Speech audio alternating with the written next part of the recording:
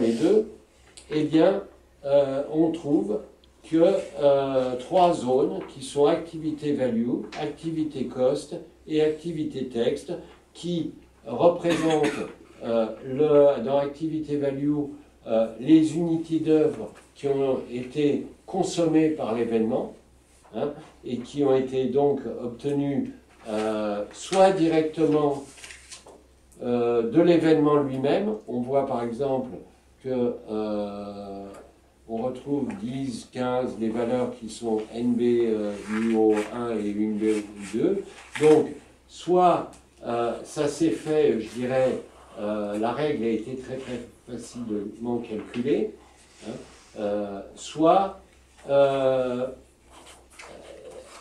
le fait d'avoir passé l'événement à l'intérieur de toute la structure, je dirais, opération, a permis de prendre en compte des règles de production, des règles de perte matière, qui ont fait que c'est ces informations calculées au niveau opération qui vont servir au calcul des unités d'œuvre de certaines activités. Donc, l'unité d'œuvre peut venir directement du fichier d'événement, ou soit être issue d'un calcul très complexe, avec faisant intervenir un ou plusieurs, d'ailleurs, une ou plusieurs caractéristiques qui étaient mises dans l'événement pour pouvoir faire le calcul. Et puis il y a un troisième élément que l'on peut utiliser, que l'on peut obtenir, qui est activité texte. C'est la possibilité, tout simplement, de générer au niveau d'une activité un texte plutôt qu'une valeur numérique. Voilà. Donc, en fait, vous me direz que, à la vue du début d'ici à là, il n'y a pas grand-chose qui s'est passé.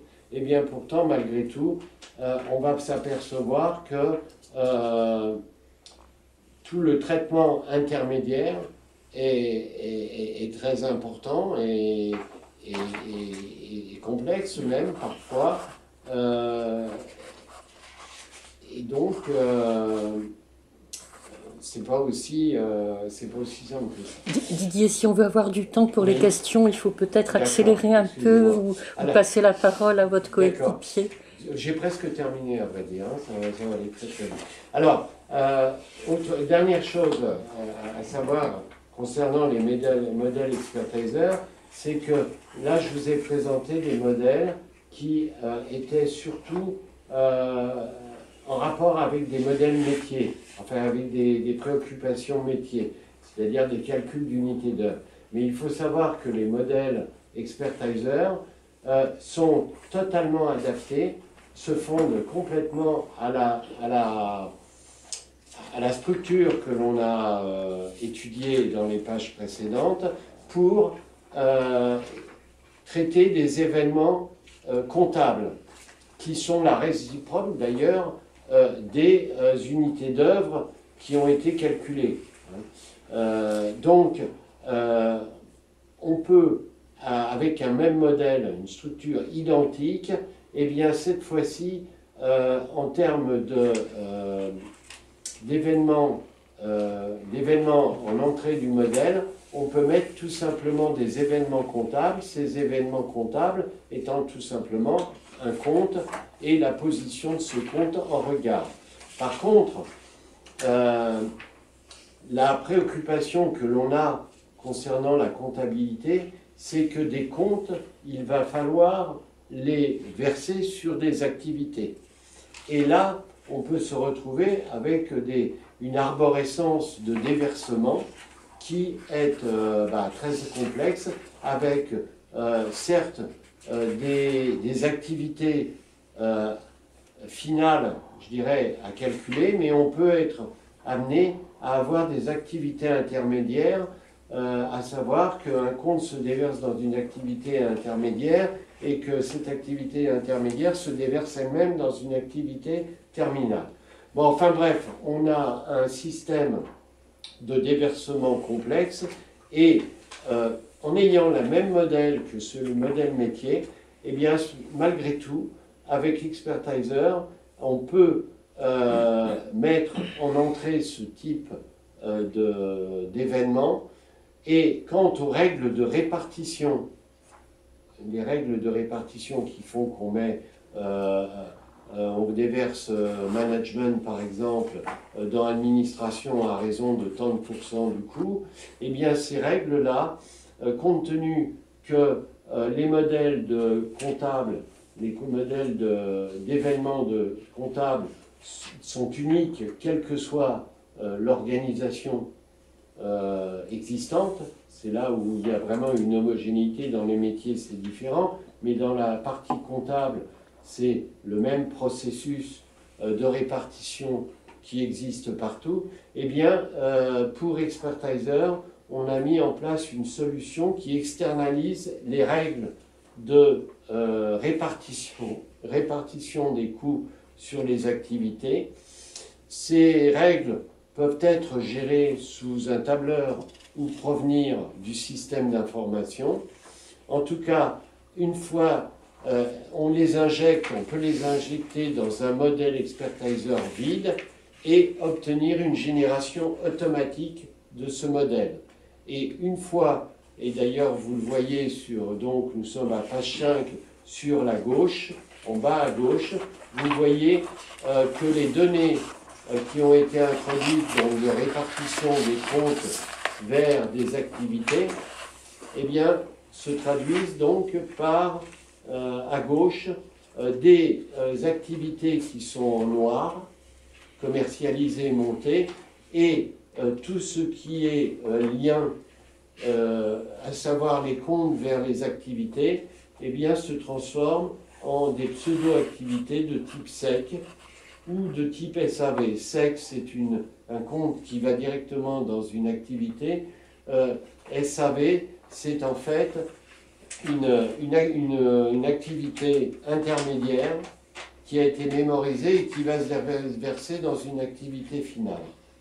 En fait, vous voyez, SAV Administration 2 a été calculée en amont et une partie va se déverser dans l'activité commercialisée. Donc, une fois que le modèle est généré par ce fichier donc des répartitions externes, fait sous tableur ou par un système, reçu d'un système d'information, il suffit de charger, c'est la partie droite, les comptes avec les événements comptables, avec leur position, et de les faire rentrer dans la moulinette du traitement du modèle. Dans la moulinette, donc, chaque événement va rentrer dans les règles du modèle, et au final, on va obtenir le coût consommé par activité. Tout ceci est complètement automatique. Il suffit donc en externalisant les règles de les donner, et donc il n'y a pas beaucoup de manipulation à faire. Enfin, au final, je termine, on a parlé d'événements métiers, on a parlé d'événements comptables. Eh bien, tout ceci se retrouve page 6, où à gauche, on a le flux d'événements comptables qui va donc se trouver réparti au niveau activité. On a à droite le flux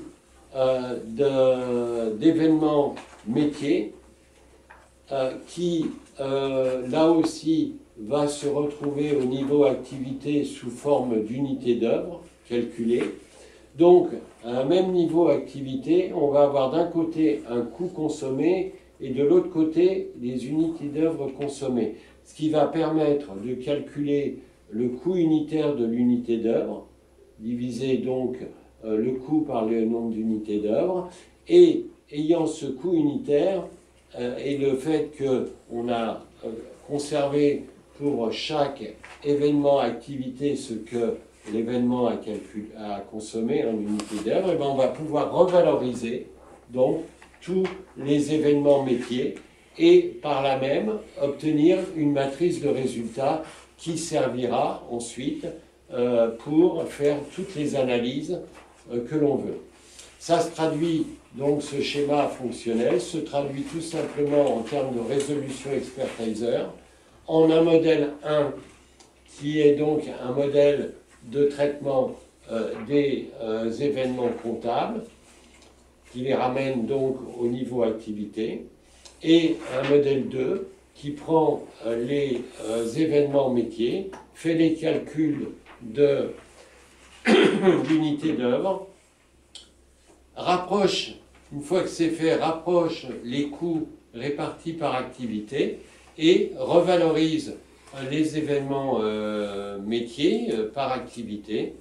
Et donc, voilà, on se retrouve avec une matrice, cette matrice pouvant ensuite être utilisée, soit exportée sous forme XLS, ça c'est le plus simple des choses qui puissent être faites, et exploitée en tableau croisé dynamique, soit cette matrice XLS ou TXT, en format TXT aussi, peut être versée dans un outil de Business Intelligence, dans Business Object, ClickView, ou troisième autre forme, la possibilité, étant donné que Expertiser fonctionne sur une base des modèles qui sont des bases de données, et SQL Anywhere, eh bien, on peut utiliser le driver ODBC de SQL Anywhere pour que